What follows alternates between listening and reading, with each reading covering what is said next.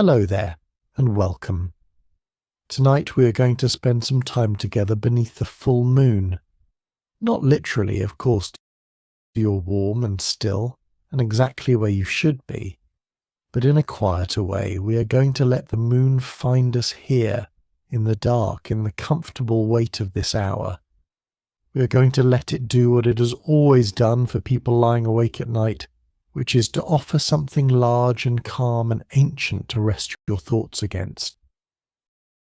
The full moon has been with us for as long as there have been eyes to see it.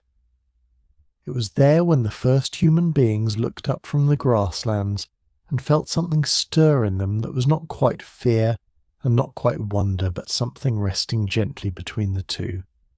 It has lit the paths of travellers and the faces of lovers and the pages of poets who could not sleep. It has pulled at the oceans and nudged at the tides and quietly, patiently shaped the rhythms of life on this small turning planet in ways that science is only now beginning to fully appreciate.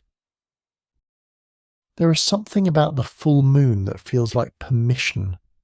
Permission to slow down, permission to look up, permission to let the ordinary edges of the day grow soft and indistinct. On any given full moon night, billions of creatures across the earth respond to that same round light without thinking, without planning, without anxiety, and tonight, without any effort at all, you can be one of them. If you enjoy these gentle journeys, I invite you to like, subscribe, or share a thought below. It helps others find their way here too, one sleepy soul at a time. For now, allow your shoulders to soften just a little. Let your breathing find its own slow pace, the way water finds its own level without being asked. Let the day with everything it held, everything it asked of you, begin its quiet retreat. You've arrived at the end of it. There is nothing left to solve tonight. Let's begin. The moon is not a light, it is a mirror. This seems like a small thing to say, and yet it changes everything about how we understand that glow. When you look up at a full moon and feel bathed in its silver light, you're actually looking at sunlight, ordinary, everyday sunlight that has travelled 93 million miles from the sun, struck the pale grey surface of the moon, and bounced back across another 250,000 miles of empty space to reach your eyes. The whole journey takes roughly 1 1/3 seconds. In the grand arithmetic of the universe, that is almost nothing at all. What strikes me about this, what I find quietly astonishing, is that the moon reflects only about 12% of the light that hits it. The lunar surface is, in scientific terms, about as reflective as old asphalt, a parking lot, an ordinary stretch of road on a grey day. And yet, to our eyes, on a clear night, the full moon is so brilliantly luminous that it washes out the stars around it, casts shadows, and makes it possible to read large print outdoors.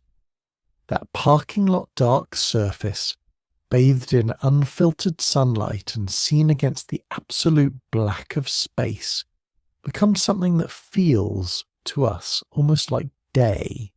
Perception is a remarkable thing, and what we see is always partly the thing itself and partly the story our minds weave around it.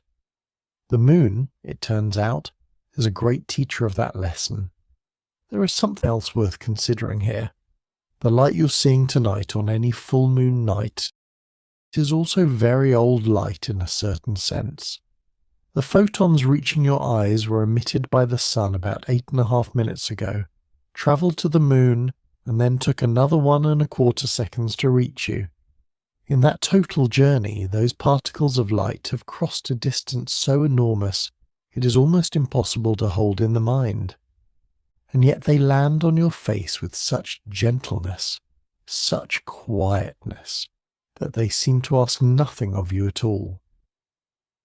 The moon is receding from us, slowly and steadily, at roughly the same rate that your fingernails grow. That rate is about 1.5 inches per year, or more precisely, about 3.8 centimeters. It is one of those facts that sounds alarming for half a second until you let it settle, and then it becomes something closer to a lullaby. Because the moon has been doing this for billions of years, and in all that time, it has moved only about 15,000 miles further away than it once was. In cosmic terms, it has barely budged. The moon is not leaving us in any meaningful sense.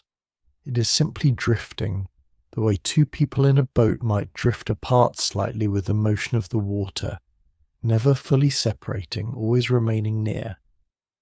The reason for this slow recession has to do with the tides, specifically the way the Earth's tidal bulges, the slight elongations of our planet's shape caused by the moon's gravitational pull, drag just slightly ahead of the moon in our sky as the Earth rotates. This creates a gentle gravitational tug that gradually transfers energy from the Earth's rotation to the moon's orbit, nudging it outward ever so slightly year by year, century by century. This also means that the Earth's rotation is slowing imperceptibly over vast stretches of time. Days on Earth are getting longer by about 1.4 milliseconds every century. In the deep past, when the moon was much closer, a day on Earth was only about 6 hours long. The sun rose and set 4 times in what we would call a single day. The tides were enormous, the storms were ferocious, and the moon hung in the sky so much larger than it does now that it would have looked almost shocking, a great pale disk dominating the heavens, not the silver coin we know. From here, the story shifts, very gently, to what the moon once was and how it came to be.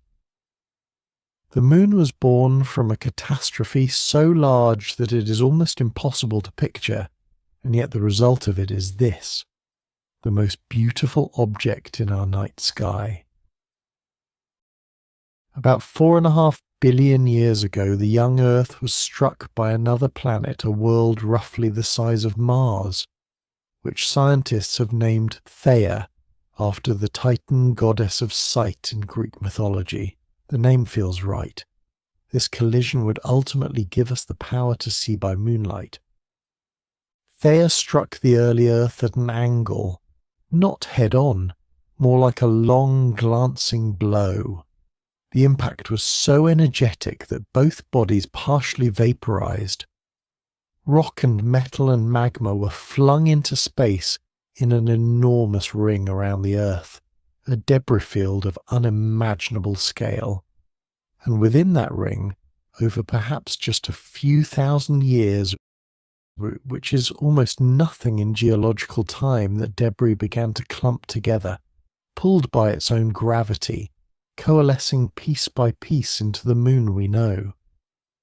This origin story is called the giant impact hypothesis, and while it is still a hypothesis in the technical sense, meaning it is the best explanation we have, not a certainty, it is supported by a remarkable amount of evidence.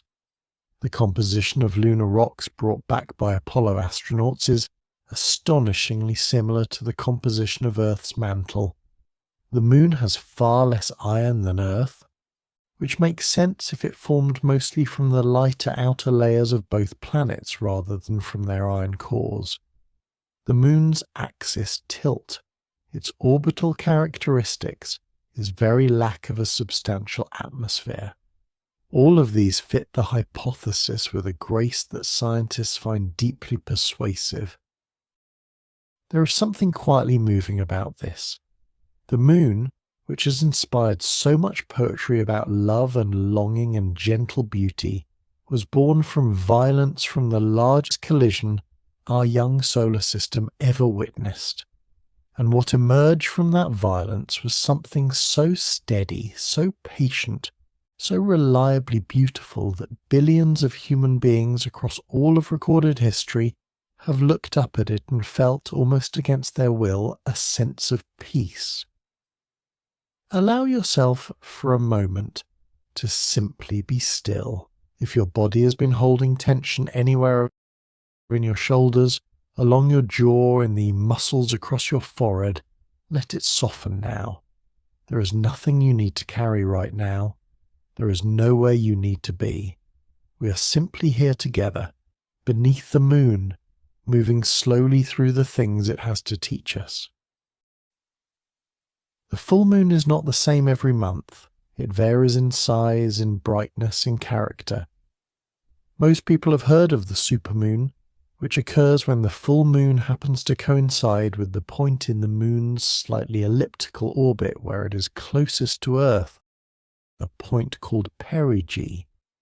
At perigee, the moon is about 28,000 miles closer to us than at its farthest point, called apogee. The difference in apparent size is subtle.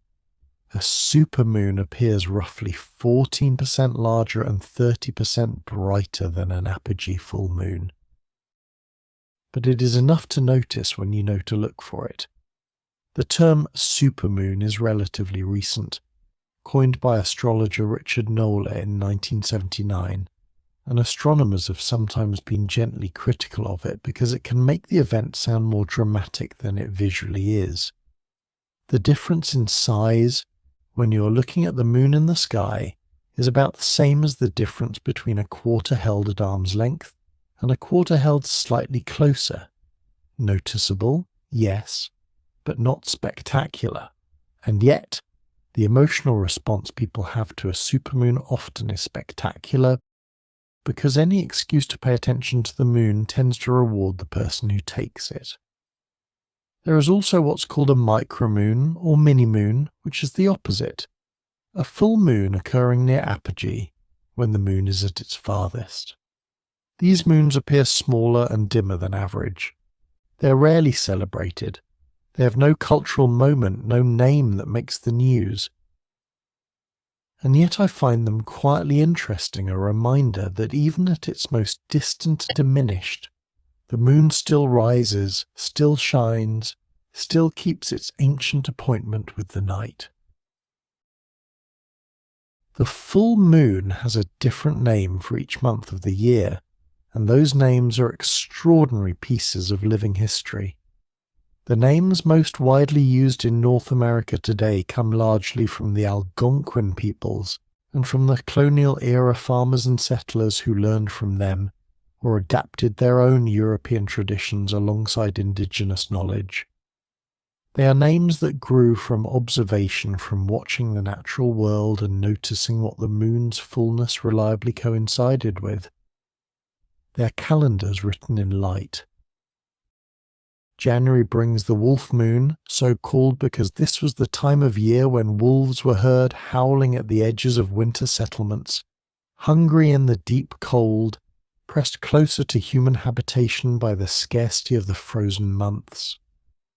February brings the snow moon, sometimes called the hunger moon, for the same bleakness, the heaviest snows of the year, the longest stretch of cold, the hardest time for both people and animals.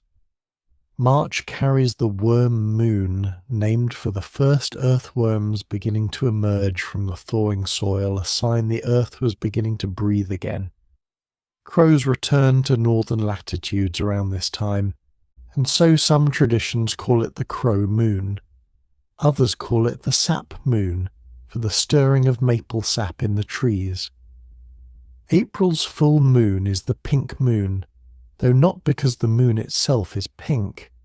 It is named for a flower, the wild ground phlox, one of the earliest widespread wildflowers of spring in North America, which carpets the forest floors and meadows in soft shades of pink and lavender just as April arrives. May brings the flower moon, June the strawberry moon, July the buck moon, named for the male white-tailed deer, whose new antlers are pushing through their velvet at this time, tender and richly blood-supplied, growing at a rate that is quite remarkable.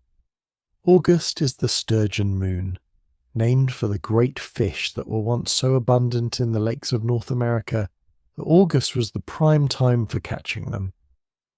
September brings the harvest moon, the most famous of all the lunar names, and for good reason.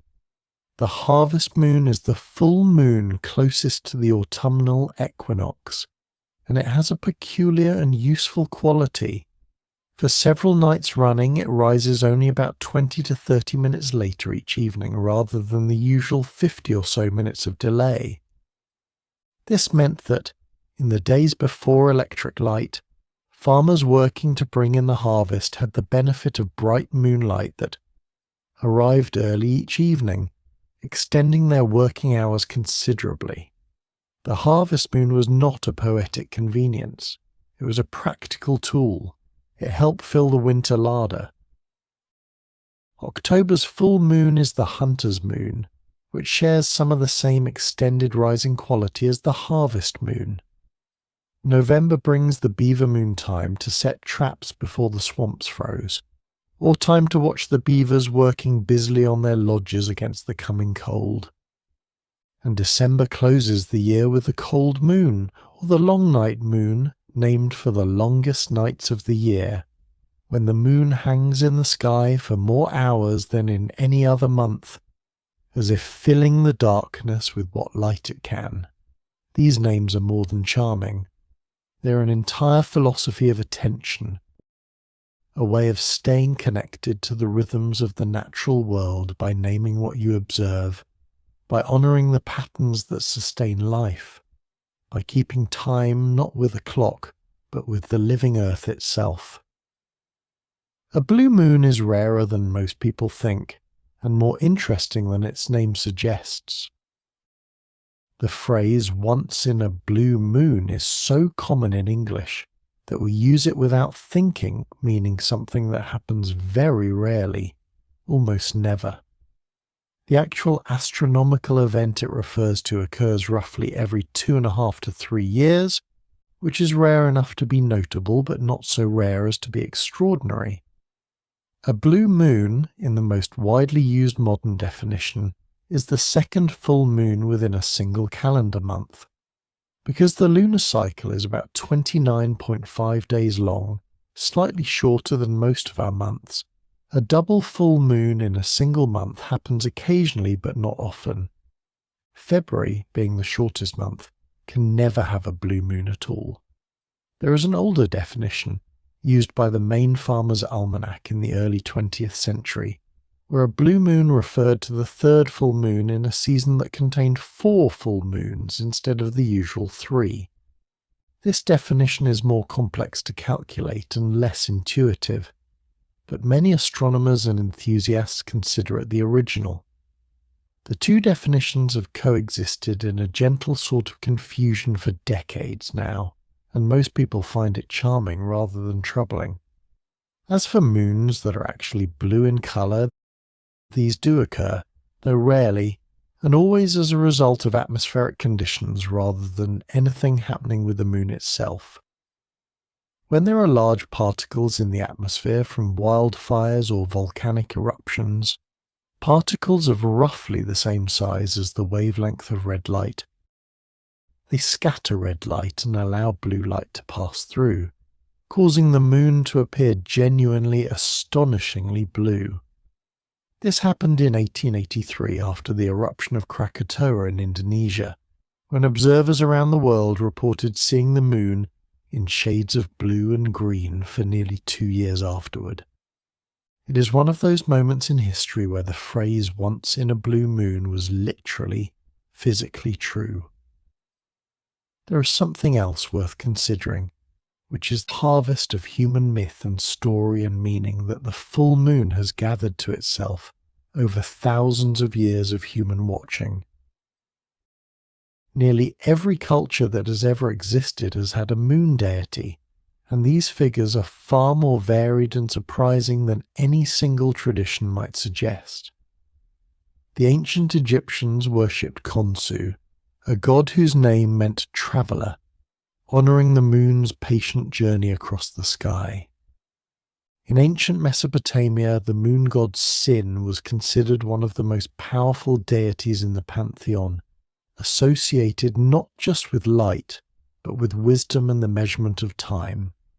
The ancient Greeks had Selene, the luminous personification of the moon itself, as well as Artemis, goddess of the hunt and the wild, and Hecate, goddess of magic, crossroads, and the liminal spaces between worlds. All three were connected to the moon, which tells us something about how capacious a symbol it has always been, large enough to hold hunting and magic and pure light all at once. The ancient Romans merged Greek tradition with their own, giving us Diana as the moon goddess. In ancient China, the moon was associated with the goddess Chang'e, whose story is one of the most beautiful and melancholy in Chinese mythology. She drank an elixir of immortality meant for her husband, the great archer Hu Yi, and was lifted up to the moon as a consequence, where she lives still, accompanied only by a jade rabbit and a woodcutter named Wu Gang, who is eternally condemned to chop down a self-healing osmanthus tree.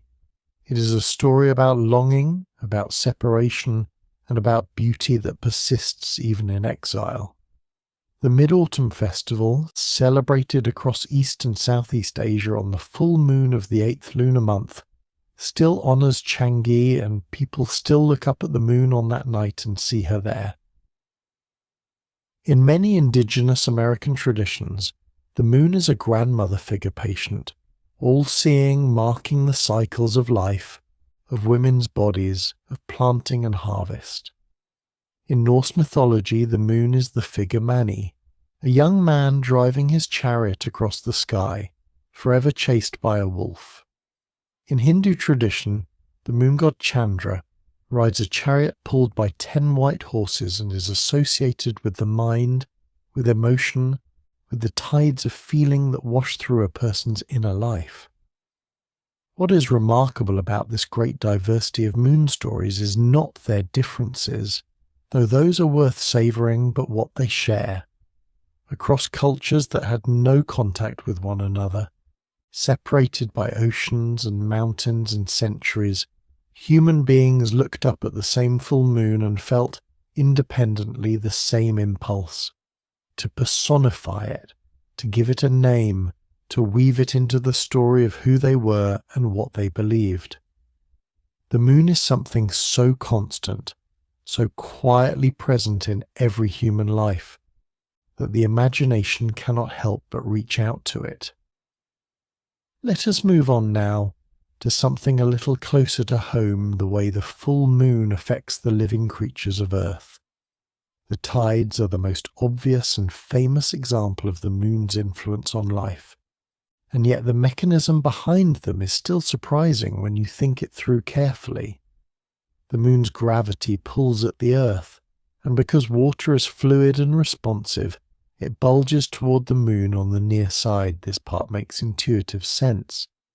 But there's also a tidal bulge on the far side of the Earth, directly opposite the moon, and this one is less immediately obvious. The reason for it is that the Earth itself is being pulled toward the moon, and the water on the far side, being slightly farther from the moon than the Earth's centre, is pulled slightly less than the solid Earth beneath it, and so it effectively falls behind, creating that second bulge. This is why we have 2 high tides each day rather than 1. As the Earth rotates, any given coastal location passes through both bulges in succession, one when it faces the moon, one when it faces away. The full moon and the new moon both produce the highest tides of the month, called spring tides, not because of the season, but because the word spring here is an older usage meaning to leap or surge. During a full moon, the sun and moon are on opposite sides of the Earth, but their gravitational pulls align in a single line, amplifying the effect. The tides surge, and the consequences of those surges are woven into life in ways both obvious and hidden. The great kelp forests of the Pacific coast, which can stretch for miles and reach depths of 60 feet or more, pulse with the tidal rhythm. Intertidal creatures, barnacles, sea stars, mussels, anemones, have organized their entire physiology and behavior around the cycle of wet and dry. Some species can only feed at high tide. Some can only reproduce at low tide. The grunion, a small silvery fish of the California coast, times its spawning runs with extraordinary precision to the highest tides of summer, full moons and new moons, coming ashore in the night to lay eggs in the wet sand, then retreating on the next wave. The eggs develop in the warm sand and hatch 2 weeks later on the next high tide, when the returning water releases them into the sea. The whole cycle is lunar. The whole cycle is tidal. Take away the moon and the grunion story would be entirely different, or might not exist at all. Coral reefs spawn by the light of the moon, and what happens when they do is one of the most breathtaking events in the ocean. On certain nights each year, typically in the autumn, typically following the full moon in October or November, the coral reefs of the Great Barrier Reef and many other tropical reefs around the world engage in what scientists call a mass coral spawning event. All at once, across hundreds of miles of reef, individual coral polyps release tiny bundles of eggs and sperm into the water. The bundles are pink and white, buoyant, lighter than water, and they rise toward the surface in such vast quantities that observers watching from boats have described the experience as being inside a snow globe. The entire ocean appearing to snow upward, gently, endlessly, in all directions. The bundles then break open at the surface, and the mixing of eggs and sperm from millions of individual corals creates a slick visible from the air and detectable by scent downwind on the water. Baby corals, called planulae, develop and eventually settle back onto the reef to begin new colonies. What controls the timing of this extraordinary event? Scientists have identified several factors working together. Water temperature, which needs to reach a certain threshold, the time of year, which has to be right, and the phase of the moon, which seems to serve as a final synchronizing signal. The full moon tells the reef it is time. Some species spawn only after the full moon, some only before, some only on specific nights after specific full moons. The precision is astonishing, and without that lunar signal, the spawning would be less synchronized. The eggs and sperm from different corals would be less likely to meet, and the reef's reproduction would be less successful. The reef listens to the moon. It has been listening for millions of years. There is a small creature called the fiddler crab, and it has an internal clock calibrated to the moon. Fiddler crabs live in intertidal zones, the bands of shoreline that are alternately submerged and exposed by the tides. They feed when the tide is out and retreat to their burrows when the tide comes in. And here is the remarkable thing. If you take a fiddler crab and put it in a laboratory tank with no tides, no ocean, no windows, no clues about the outside world whatsoever, on a flat, regular cycle of artificial light and darkness, it will still become active on roughly the same schedule it would have observed in the wild. Its internal clock continues to tick on the lunar rhythm, running a cycle of approximately 24.8 hours, which corresponds to the time between successive tidal high points, rather than the 24-hour solar day that governs so much of life on land. This internal lunar clock is not perfectly maintained indefinitely. It drifts over time without external cues to reset it. But the fact that it exists at all is extraordinary. Evolution has built the tidal cycle into the biology of this small crab. The moon's rhythm is inside it, inherited from ancestors that lived and fed and reproduced on lunar time for millions of generations. You could take the crab away from the ocean entirely, and it would still, for a while, be living by the moon. Which brings us gently to the question that has long fascinated scientists and ordinary people alike. Does the moon affect human beings in a similar way? The relationship between the full moon and human behavior is one of the most studied and most stubbornly complex questions in the history of popular science. The folklore is ancient and widespread. The word lunatic comes directly from the Latin word for moon, lunar, reflecting a centuries-old belief that madness waxed and waned with the lunar cycle. The idea that the full moon triggers or amplifies unusual human behavior, aggression, sleepwalking, emotional instability, even seizures, has been believed by ordinary people and medical professionals alike across many cultures and many centuries. Florence Nightingale, the founder of modern nursing, believed in lunar influences on health. Medieval physicians adjusted their treatment schedules around the moon. Emergency room workers and police officers will often claim, with great confidence, that full moon nights are busier and stranger than other nights.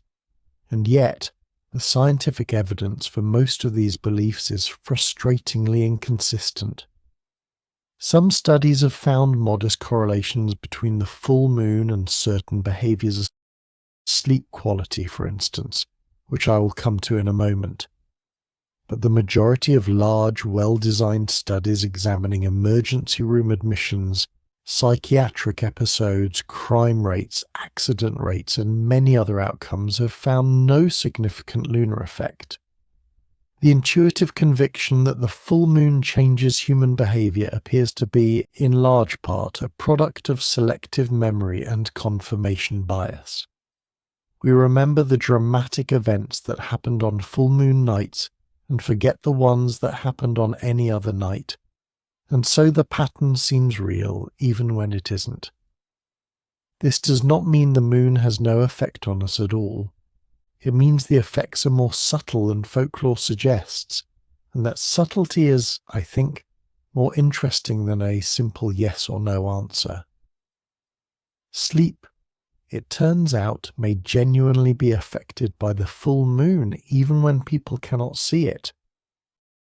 In 2013, a team of researchers at the University of Basel in Switzerland published a study examining sleep data they had collected from volunteers over several years. The volunteers slept in controlled laboratory conditions, with no windows and no way of knowing what phase the moon was in. And yet the data showed that around the full moon, the volunteers took about 5 minutes longer to fall asleep, slept for about 20 minutes less overall, and showed less activity in the slow-wave deep sleep phase, the most restorative part of sleep. They also reported feeling less rested the morning after a full moon, and their melatonin levels were slightly lower. This study generated considerable excitement and some controversy. Subsequent research has produced mixed results, some studies replicating the finding, others finding no lunar sleep effect at all. The scientific conversation is ongoing and genuinely unresolved. But the Basel study remains thought-provoking because it was conducted under conditions specifically designed to eliminate the obvious confounders. The subjects weren't kept awake by moonlight because there was no moonlight. Whatever was affecting their sleep, if something truly was, it wasn't the light itself. One intriguing hypothesis is that humans, like fiddler crabs and corals and grunion, may retain some vestige of an internal circulunar clock, a biological timekeeping mechanism calibrated to the lunar cycle left over from our deep evolutionary past, when we lived in open environments and when the phase of the moon mattered for everything from nighttime predation risk to the behavior of prey animals. This clock, if it exists in us, would presumably have become largely vestigial in modern life, where electric light and indoor living have decoupled us from most lunar rhythms, but it might occasionally flicker into visibility in precisely the kind of controlled sleep study that removed all the other variables. This is one of those scientific questions that feels to me almost more interesting for being unresolved. It suggests that the moon's presence in our lives may be older and deeper than we know, that the connection human beings feel to that light is not merely cultural or poetic, but biological, woven into the body itself across millions of years of moonlit nights. If your eyes are growing heavy now, that is perfectly fine. Let them close. The story will carry on around you, gentle and unhurried. There is nothing you need to hold on to tonight. The moon will still be there when you open your eyes again, or it will have been replaced by morning, which is also a kind of light. The moon has no atmosphere to speak of, and as a result it is a place of extraordinary extremes. On the sunlit surface of the moon, temperatures can climb to about 260 degrees Fahrenheit, hot enough to boil water. On the side, in shadow, temperatures plunge to around negative 280 degrees Fahrenheit. The difference between these two states can occur within the span of a single footstep from sunlight to shadow because there is no air to carry heat from one place to another, no atmosphere to moderate or distribute the temperature. The moon's surface is not gradually warm or gradually cold. It is violently, abruptly one or the other, depending entirely on where the sun happens to be shining. This extreme environment means that the lunar surface is covered in a layer of fine, sharp-edged dust called regolith, which has accumulated over billions of years of micrometeorite impacts that have pulverized the surface rock into powder. This dust is quite different from any dust on Earth. On Earth, dust particles are gradually worn smooth by wind and water, rounded by tumbling and abrasion. On the moon, where there is no wind and no water, the dust particles remain as sharp and jagged as broken glass at a microscopic level. The Apollo astronauts discovered this, sometimes painfully. The dust clung to everything, to spacesuits, to equipment, to visors, because its jagged surfaces created enormous amounts of contact area, practically welding themselves to any surface they touched by electrostatic charge.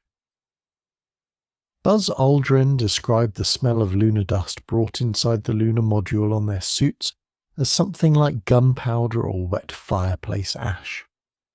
It was one of the strangest sensory details to come back from the moon, that ancient, sharp, alien smell. The far side of the moon is not the dark side, though we often call it that. The far side of the moon is the hemisphere that permanently faces away from Earth, due to a phenomenon called tidal locking. Because the moon rotates on its axis at almost exactly the same rate as it orbits the Earth, the same face is always turned toward us. We have never, in all of human history, been able to see the far side of the moon with our own eyes from Earth, not once, not even for a moment. It was entirely unknown until 1959, when the Soviet spacecraft Lunar 3 swung around the moon and sent back the first blurry photographs, revealing a landscape strikingly different from the near side we know. The near side, the face of the moon familiar to every human being who has ever looked up, is marked by the dark Maria, the vast ancient lava plains that form the features many people see as a face, a rabbit, or other familiar shapes. The far side has far fewer of these dark plains. It is more heavily cratered, more rugged, and more uniformly pale. Scientists believe this asymmetry may have to do with the early thermal history of the moon. The near side may have stayed warmer longer after formation, allowing more volcanism, more lava flows, more of those smooth, dark plains. But the far side is not dark. It receives just as much sunlight as the near side. When it is new moon from Earth perspective, meaning the near side is fully in shadow, the far side is fully sunlit, basking in the same unfiltered solar light that we enjoy on a clear earthly afternoon. Dark side is a misnomer born of visibility rather than of light. What we cannot see, we call dark. even when it is brilliantly illuminated. The first spacecraft to land on the far side of the moon was China's Chang'e 4 mission in January 2019, the first soft landing on the far side in the history of space exploration. The mission landed in the von Karman crater, within the South Pole Aitken Basin, one of the largest and oldest impact craters in the entire solar system. And there the little lander sat, and its rover U-22 rolled out onto soil that no human-made object had ever touched, in a place that human eyes had never directly seen, beneath a sky in which the Earth does not rise or set because it is never visible at all. That detail stops me every time I think about it. From the far side of the moon, the Earth simply does not exist in the sky. There is no Earthrise. There is no blue marble hanging in the darkness. There is only the stars and the sun and the ancient cratered surface stretching in every direction, and the profound, complete silence of a world that has been waiting alone for 4.5 billion years. The moon is the only world beyond Earth that human beings have ever visited, and the story of how that happened is one of the most extraordinary chapters in human history. Between July 1969 and December 1972, 12 human beings walked on the surface of the moon. 12 people left their footprints in that ancient, sharp-edged dust. 12 people stood in a silence so profound that the only sound was their own breathing, amplified by their helmets, and looked up at an Earth that seemed both impossibly beautiful and impossibly distant. And then they came home. Neil Armstrong was the first. He stepped off the ladder of the lunar module Eagle on July 20th, 1969, and his first words as his boot touched the surface are among the most famous ever spoken. "That's one small step for man, one giant leap for mankind." He later clarified that he intended to say one small step for a man, and that the article was dropped in the noise and emotion of the moment. Either way, the sentiment was true. The step was small, the leap was vast. The distance between what humanity had been, creatures who looked up at the moon with wonder and longing and myth, and what humanity was in that moment, creatures who stood on it, was one of the most vertiginous gaps ever crossed. Armstrong and his fellow astronaut Buzz Aldrin spent 2 hours and 31 minutes on the lunar surface during that first EVA.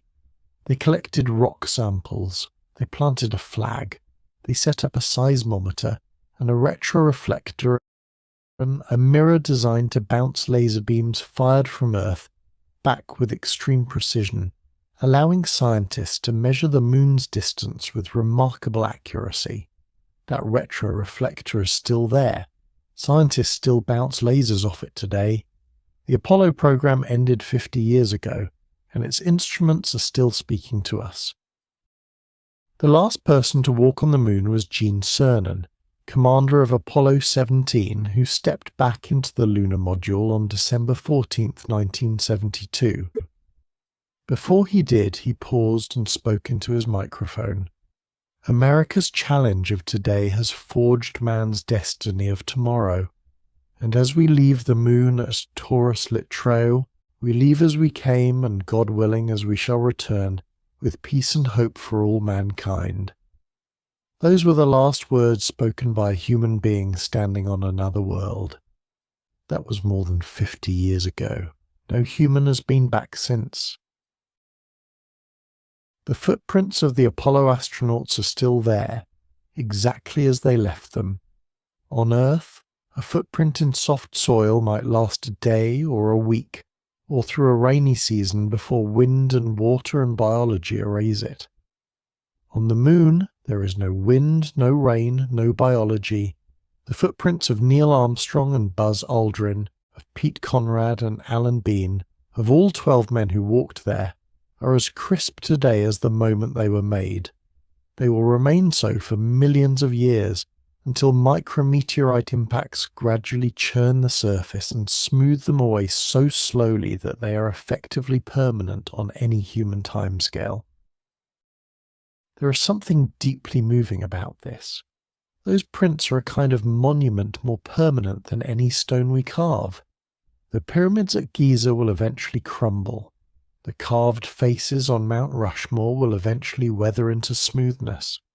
The Apollo footprints will outlast all of it. Long after everything built by human hands on Earth has been swallowed by time, those boot prints will still be there in the lunar dust, beneath the stars, waiting. The moon has water on it, and the discovery of this fact made in the early 21st century quietly transformed how scientists think about the moon's future. For most of the history of lunar science, the moon was thought to be completely dry, a desiccated, airless world where water could not survive in any form. The intense solar radiation would split any water molecules apart. The extreme temperatures would vaporize any ice. This view held for decades after the Apollo missions, despite some tantalizing hints in the data. Then, in 2009, the LCROSS mission, a spacecraft designed to crash a spent rocket stage into the lunar surface and analyze the ejector plume, slammed into a permanently shadowed crater near the moon's south pole and detected, clearly and unambiguously, the signature of water ice in the debris. Subsequent missions confirmed the finding.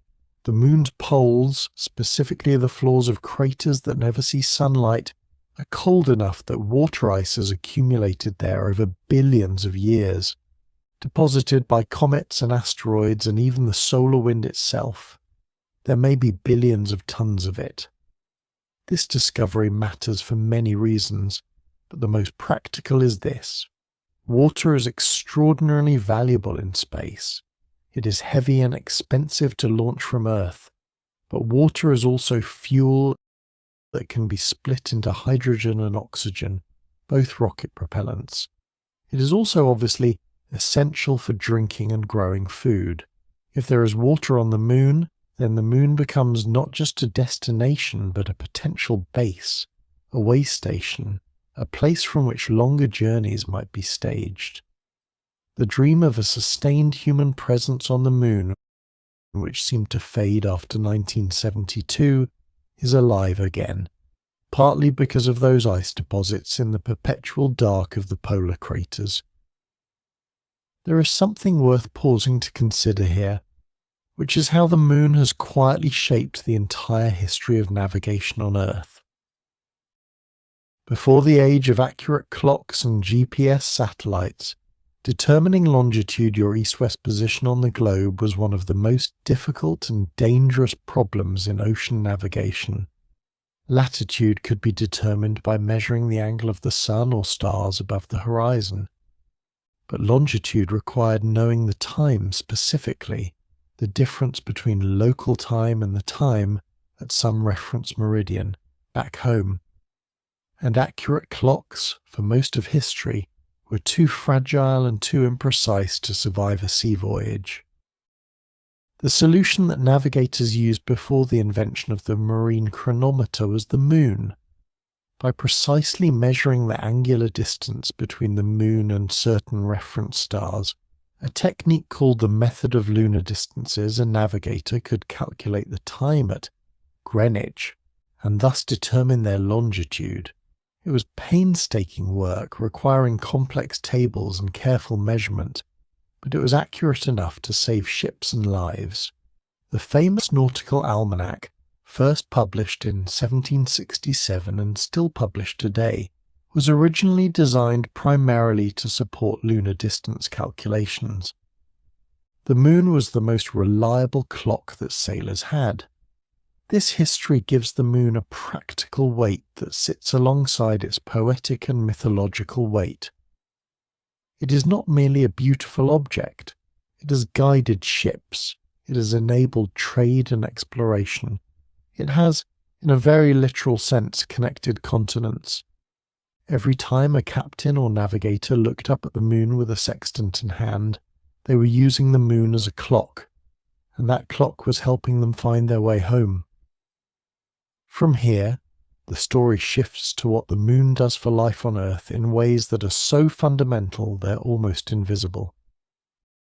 The moon stabilizes the tilt of the Earth's axis. This is perhaps the most profound contribution the moon makes to the conditions that allow complex life on Earth, and it is the least commonly known.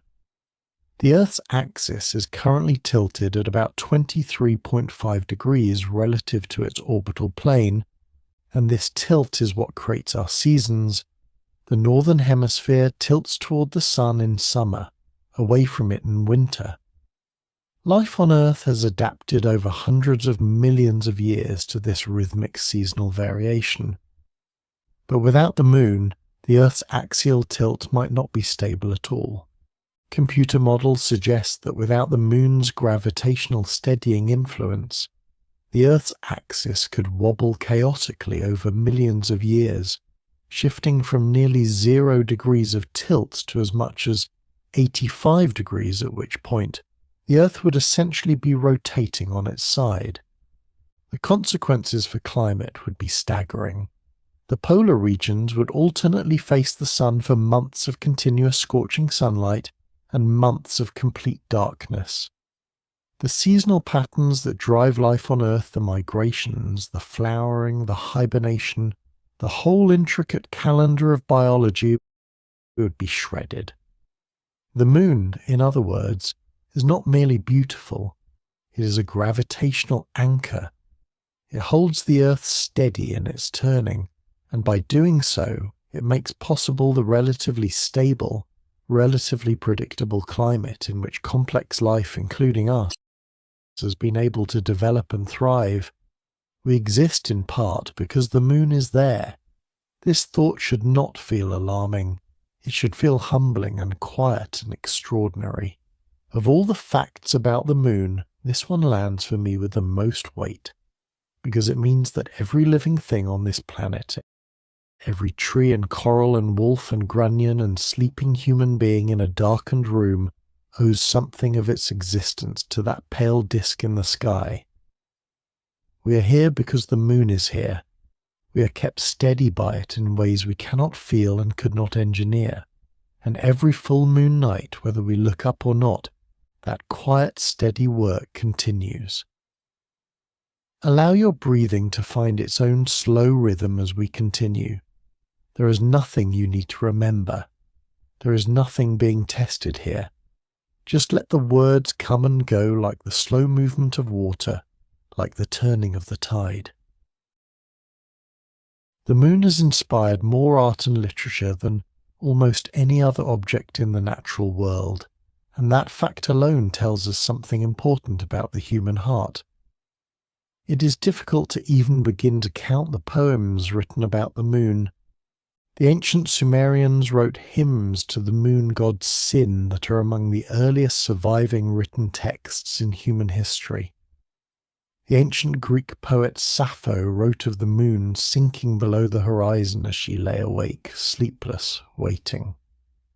The Japanese tradition of moon viewing tsukimi dates back at least to the Heian period, the 8th and 9th centuries, when aristocrats would gather to contemplate the full moon reflected in still water, composing poetry, drinking sake, floating in the pleasure of not quite looking at the moon directly but catching it in reflection, softened, doubled, made even more beautiful by the water's slight distortion.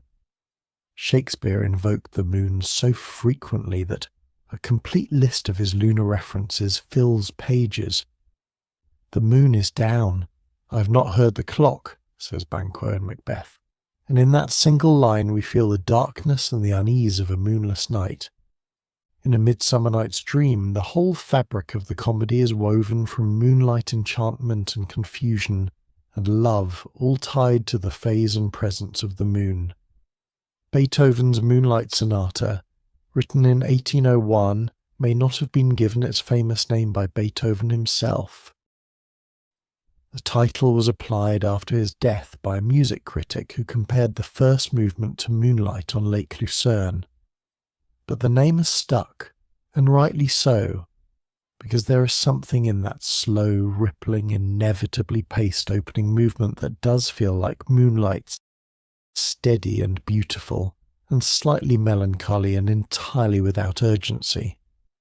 Claude Debussy wrote Clair de Lune, Moonlight in French as part of his Suite Bergamasque, and it is perhaps the most performed piece of piano music in the world, certainly among the most recognized.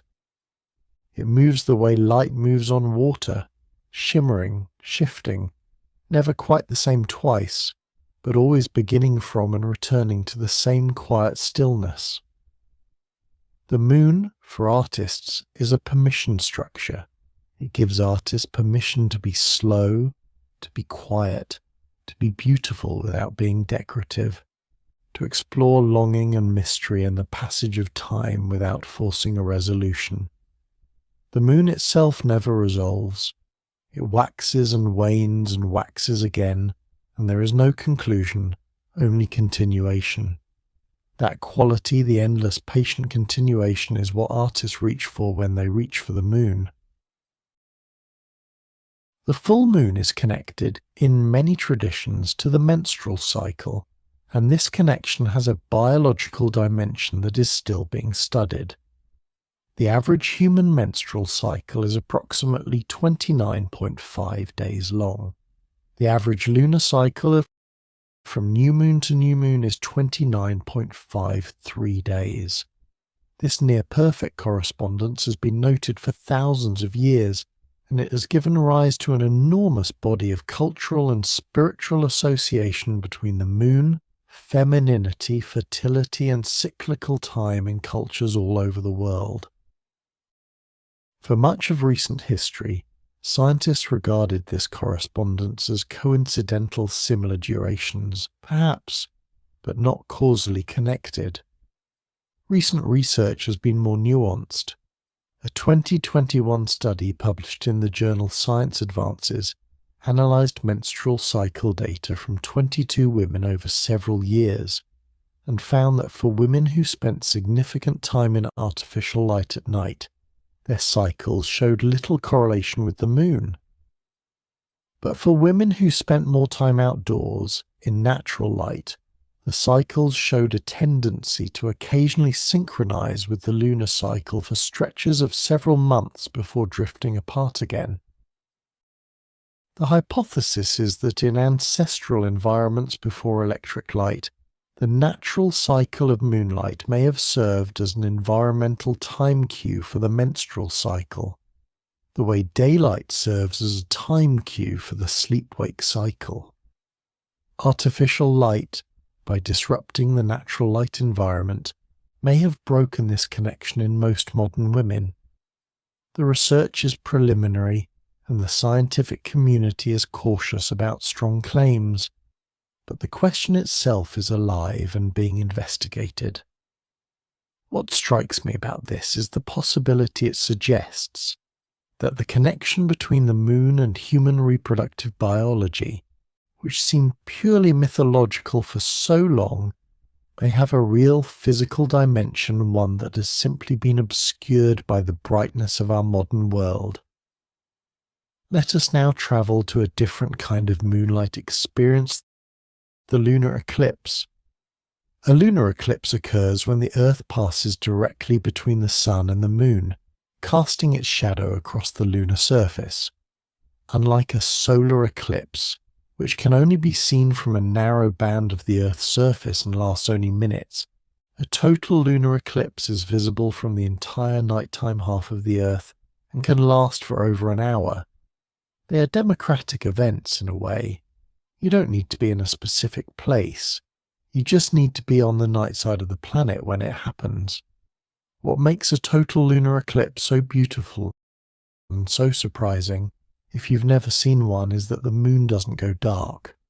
It turns red, sometimes a deep copper-toned red, sometimes a brighter orange red, sometimes a brownish red, depending on conditions in Earth's atmosphere at the time.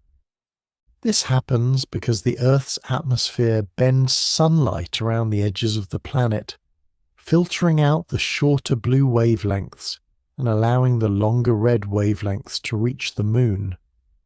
The moon is being lit at totality by all of the sunrises and sunsets happening simultaneously around the entire perimeter of the Earth. Every sunrise and sunset all at once, all filtered through the rim of our atmosphere, and the combined light of all of them falls on the moon and turns it red. This phenomenon has been called a blood moon for centuries, and in many ancient cultures, a lunar eclipse was an omen of disaster, the moon wounded, bleeding, dying. The Mesopotamians developed elaborate rituals for lunar eclipses, installing a substitute king during the period of eclipse to bear the doom that was surely coming, then removing him afterward when the moon recovered its light. The Inca saw a lunar eclipse as a jaguar devouring the moon and would make noise and chase their dogs to drive the jaguar away. When you understand the actual cause, the event becomes no less beautiful and rather more tender. The moon is being kissed by every sunset in the world at once. It is being lit by a ring of fire around the dark silhouette of our home planet. The red colour is Earth's colour reflected back to us. There is a lesser-known phenomenon called a penumbral lunar eclipse, which is the moon's version of a partial shadow. The Earth casts two regions of shadow, the dark central umbra where no direct sunlight reaches, and the lighter penumbra where some sunlight is still present but reduced. When the moon passes through only the penumbral shadow, not the umbra itself, the result is a penumbral lunar eclipse, and it is so subtle that most people notice nothing at all. The moon dims slightly, takes on a slightly darker tone on one edge, and that's it. No red colour, no drama, no visible bite taken out of the disk, just a slight dimming that if you weren't watching for it, you might attribute to a passing cloud or tired eyes. I mention penumbral lunar eclipses not because they are spectacular, but because they represent something I find quietly appealing. The idea that the natural world is full of events happening at a scale of subtlety we almost never notice. The universe is constantly performing its mechanics as shadows falling, orbits intersecting, light bending, and most of it passes without any witness at all. The full moon rises and sets and rises again, and for every dramatic total eclipse there are dozens of subtle penumbral events where the moon simply dims a little for a while and brightens again. The world is rich with unnoticed beauty. That thought seems worth sitting with for a moment. The moon plays a role in one of nature's most remarkable spectacles, the migration of birds by night. Many bird species migrate at night rather than during the day, using the stars as navigational guides. The full moon adds another dimension to this nocturnal journey. Research has shown that many migratory birds fly more on bright moonlit nights than on dark ones. The light helps them see better, makes obstacles more visible, allows them to maintain their visual orientation alongside their stellar navigation. On full moon nights during peak migration seasons, weather radar sometimes shows enormous clouds of birds taking flight after sunset, rising into the illuminated air and heading toward their destinations. Warblers, thrushes, sparrows, orioles, small birds that spend their days in dense vegetation, almost invisible, transformed by night into navigators of the open sky. Billions of them migrate each autumn and spring across North America alone, following routes shaped by geography, magnetic fields, starlight, and, it seems, the phase of the moon. They carry within themselves a map and a compass and a calendar accumulated over millions of years of evolution, and on clear full moon nights they take to the sky in astonishing numbers. The radar images of these migration events look like clouds or storms blooming outward from the land. Scientists call the phenomenon waves. Migration waves moving south in autumn, north in spring, bird after bird after bird, each one following a course it has never been on before, guided by something older than thought. From here, the story shifts to the moon's relationship with one of Earth's most ancient and vital ecosystems, the ocean at night. The moonlit ocean is a different world from the sunlit ocean. Plankton, small crustaceans, and other tiny creatures of the open sea perform what scientists call diel vertical migration, a daily movement up and down in the water column. During the day, they descend to the cooler, darker depths to avoid the ultraviolet radiation and the predators that hunt by sight in brightly lit water.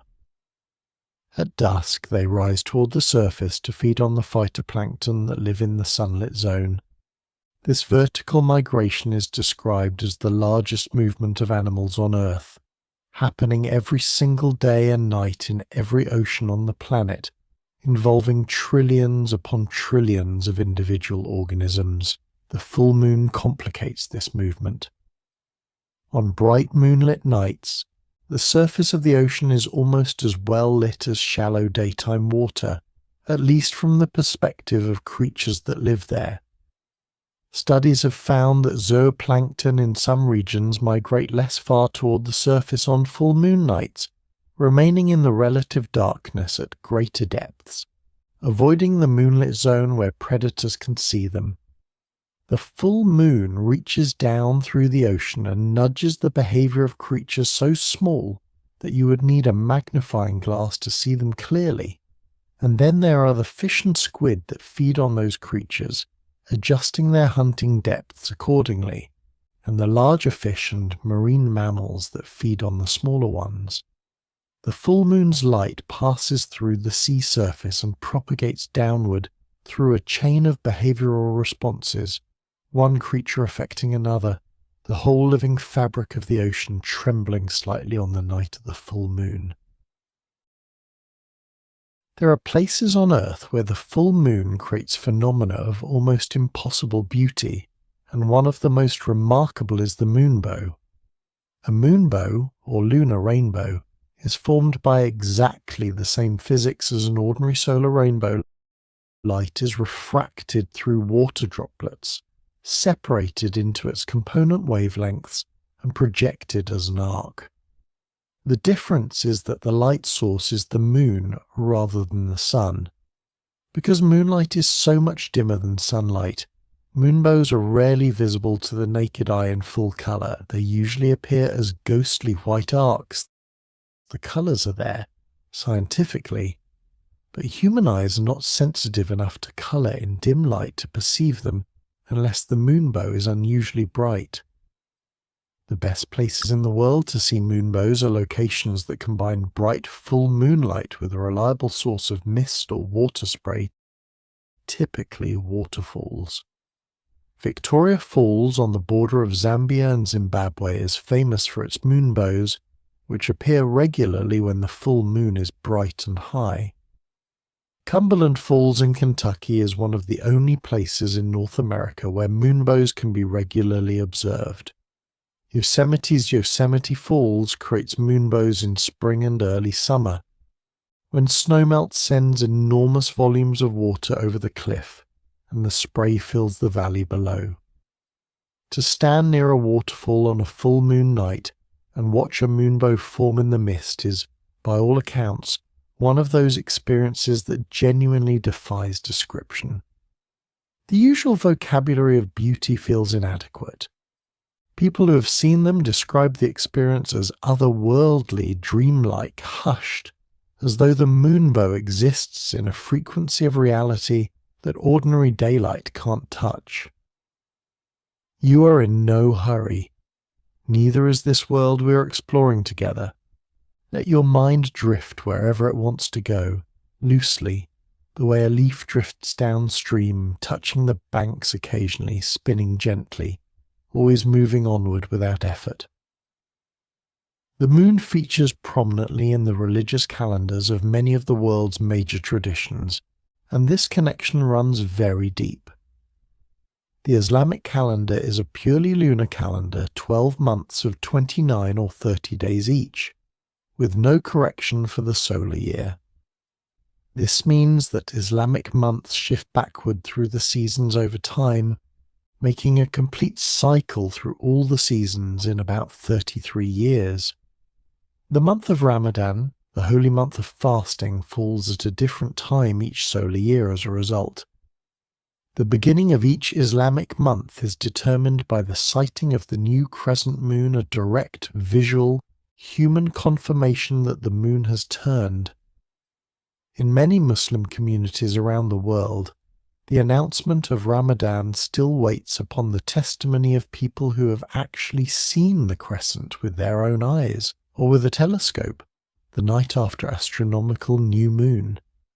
The faith keeps faith with the actual sky. The Jewish calendar is a lunar-solar calendar. It follows the lunar cycle for its months, but adds extra months periodically to keep the calendar aligned with the solar year and the seasons. Passover, for example, falls on the 15th of the month of Nisan, which is always a full moon.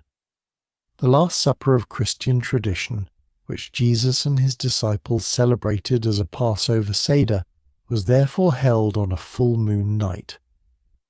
The empty tomb was discovered on the day after the Sabbath following the full moon.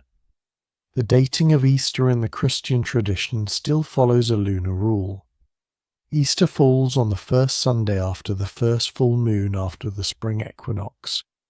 The full moon determines Christmas Eve for no one, but it has been quietly determining the timing of resurrection celebrations for 20 centuries. The Hindu festival of Holi, the celebration of spring and colour and the triumph of good over evil, is timed to the full moon of the month of Falguna, which falls in late February or March. It begins with a bonfire the night before the full moon.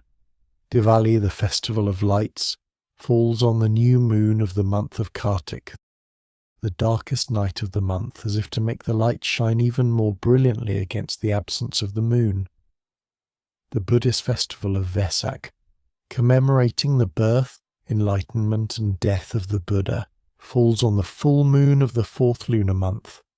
In many Buddhist traditions, the full moon days of the calendar are observed as Uposatha days of increased practice and reflection, when lay practitioners observe more precepts and monks spend the night in meditation. The full moon is not merely pretty in these traditions, it is a moment, a doorway, a prompt to go deeper. Let us move on now to the moon's geography, to the places and features of its surface, each with its own name and story.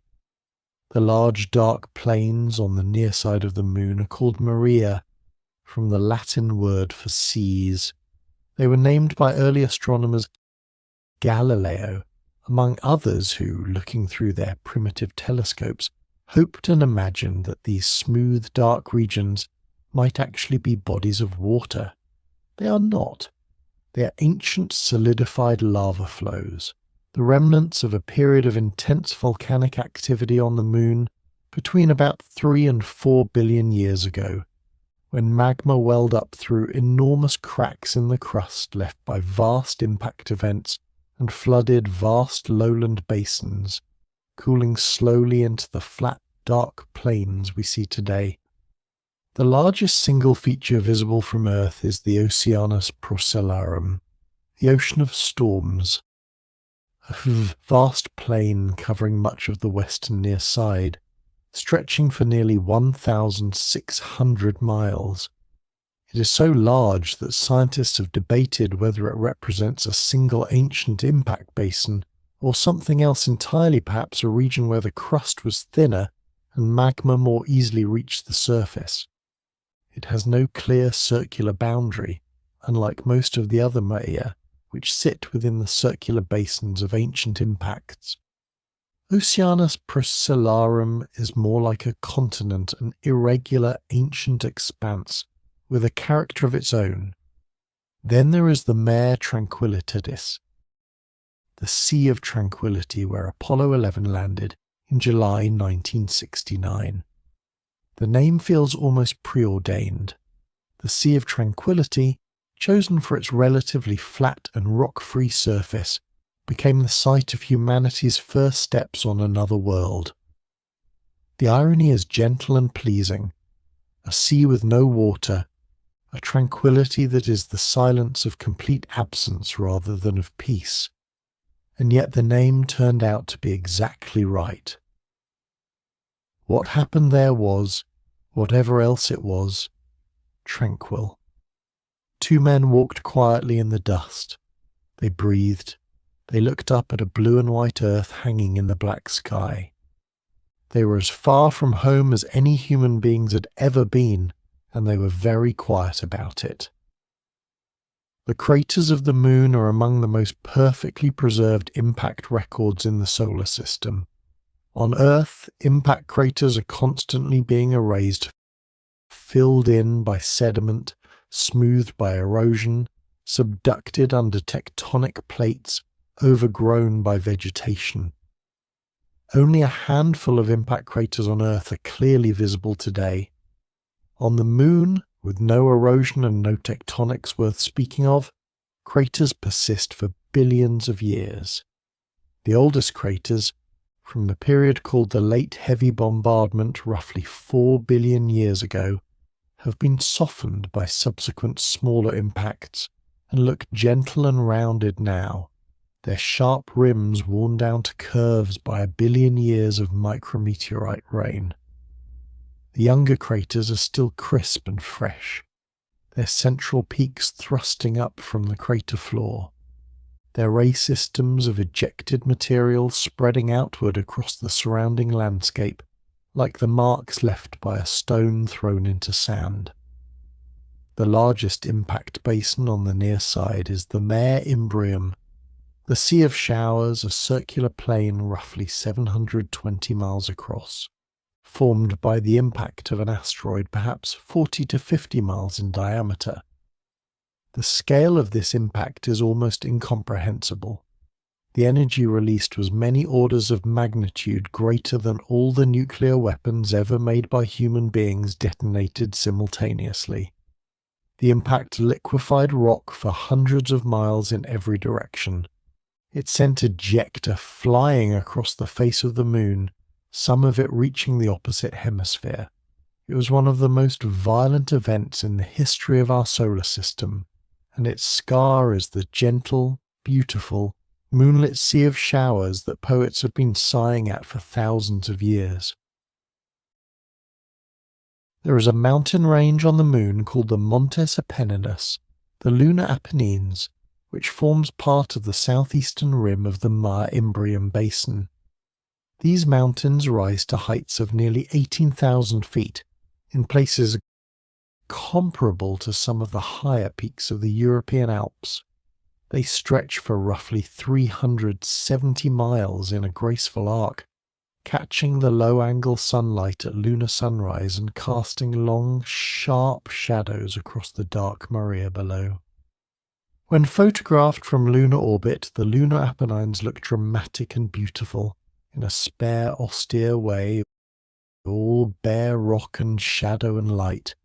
No atmosphere to soften the contrast, no colour but grey and white and the absolute black of shadow.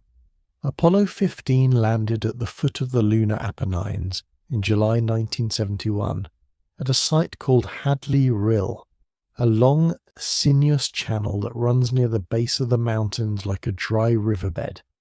It is not a riverbed. It is a lava tube channel created when the roof of an ancient underground river collapsed, leaving the channel exposed. Commander David Scott and James Irwin spent 3 days at this site, driving a lunar rover along the rill and up the lower slopes of the mountains, collecting samples, taking photographs. Scott performed a small but memorable experiment. He dropped a hammer and a falcon feather simultaneously from the same height and watched them fall together, side by side, at the same rate in the absence of any air resistance. Galileo had predicted this in the 17th century. It took until 1971, and the Moon of all places, to demonstrate it with such clean, simple elegance. The Moon's south pole harbours one of the most intriguing places in the entire solar system, the Shackleton crater. Named for the Antarctic explorer Ernest Shackleton, this impact crater sits almost exactly at the lunar south pole, roughly 12 miles across and 2 miles deep. Its rim receives nearly continuous sunlight for most of the year. Some parts of the rim are in sunlight for over 90% of the lunar year, while its interior is in permanent total darkness. It has never seen the sun. Since the crater formed, perhaps 2 billion years ago, the sun has never risen high enough above the horizon to send a single photon of direct sunlight to its floor. You've been here long enough tonight. You can go now. Sleep well and good night.